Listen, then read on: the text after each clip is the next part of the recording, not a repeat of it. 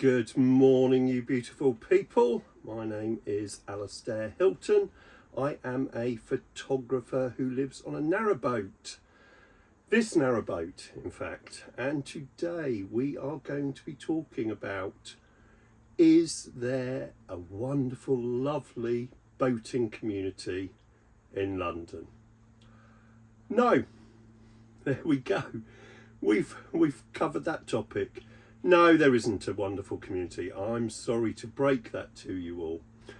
When I first moved on a boat 7.5 years ago, the first few weeks were perfection. They were everything I thought they would be. I moved on, I had the most perfect 2 weeks in Islington, moored there.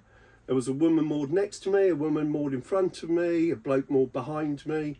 And we had 2 weeks of everybody sitting on my back deck and having a drink after work and a laugh. I even had a bloke come out in his dressing gown and slippers at about midnight from a neighbouring flat to have a right go at me for laughing too loud. So in all fairness to him, I probably was. But it was a perfect 2 weeks, and I thought, blimey, this is what boating life is about, and meeting people. It's wonderful. However, turns out that and a few other occasions right at the beginning was about it. I don't know if people have changed, I don't know if I've changed, but really there isn't this community. What happens in London is you've got about 50% of boats, I would say, that are what you call Marina dodgers, which means they don't want to pay the price of putting their boat in a marina, which is 8 grand, 10 grand a year, whatever it is. They want to pay £1 grand a year or so on a continuous cruiser license, which is what I'm on, where you're meant to move every 2 weeks, and they just moor the boat up in the middle of London, never see them again. They don't live on it, they live goodness knows where, but they don't live on the boat. They'll move it once a month, once every couple of months. And what that means is you've got about 50% of boats in London where it creates this ghost town. You think, wow, look, there's all these people living on boats, but most of them are empty most of the time. So I'm more up in Islington or King's Cross or wherever I am, and you don't see anybody. You don't see a living soul from the time you moor up to 2 weeks later. You haven't seen anybody. And that's a real shame. It should be, the CRT should change it where, you know, they do more, but they're not enforcing any of the rules at the moment. They've lost all control of that. So I would love to be moored amongst people. Mind you, if I was moored amongst lots of people, I'd be moaning that there were too many people around me. But you don't see people.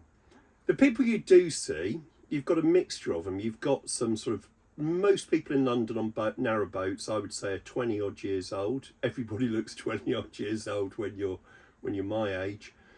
But they're not interested in talking to anyone else. They've got each other, and that's who they talk to. Then you've got blokes in their 50s like me. They tend to predominantly be alcoholics, sat in their boat, drinking themselves silly and on the internet hating everybody. So the last thing, I had a bloke moored behind me. He was a classic example of, he had his doors open one time. I got back, I stepped back on my boat and went, all right, oh no, somebody's talking to me.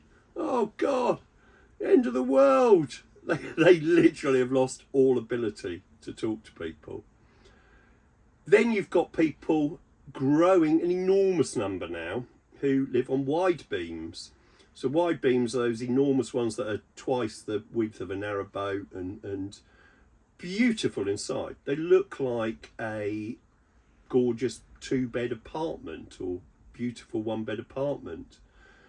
Don't have to have any compromises living on a wide beam. So there's a lot of those blokes in the 40s, in the 50s, they've got divorced, thought, oh no, I can't buy a fancy flat for my next woman, so I'll buy a lovely boat and that'll attract the women. And so London is now full of wide beams. When I moved on my boat, you'd get the very occasional wide beam. Now every other boat is an enormous 150 grand wide beam. And No, they haven't really got any interest in talking to anyone either. They're sort of normal people, not the artistic types that live on narrowboats, and they just want to live in a flat but on the water.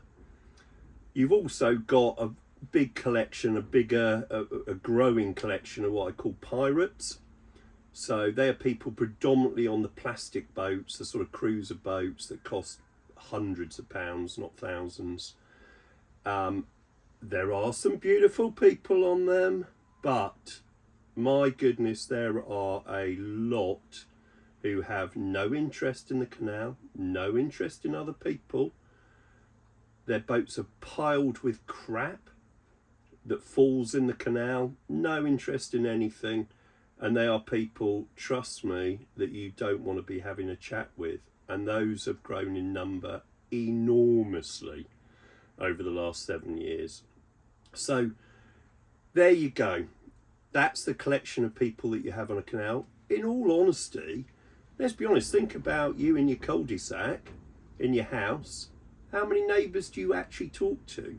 I'm guessing the answer is very few. And you hate most of your neighbours, and it's the same on boat. Yes, I know you're now going to tell me you all live in a place where you love every one of your neighbours, but it's really the same in a boat. There is no big community. Go on London Boaters. There's a classic example, a Facebook group. It's the Facebook group for boaters in London. You'll never meet or see or read an angrier bunch of people. Go on it, sign up to it, have a look. You could go on there, and I actually have and post a lovely sunset picture or something on there. Go, oh, isn't it lovely living on a boat? Wow, I hate. Oh my God, it's unbelievable. So there you go. You've got lots of people in boats that hate everybody else, don't want to talk, can't talk, or empty boats. So I'm sorry. But if you're looking for a lovely, super duper community on a boat in London, isn't the place. But maybe that's just me. Maybe everybody just hates me, or maybe I hate them. So there you go. No, there isn't a community. Have fun, everybody. Take care. Goodbye.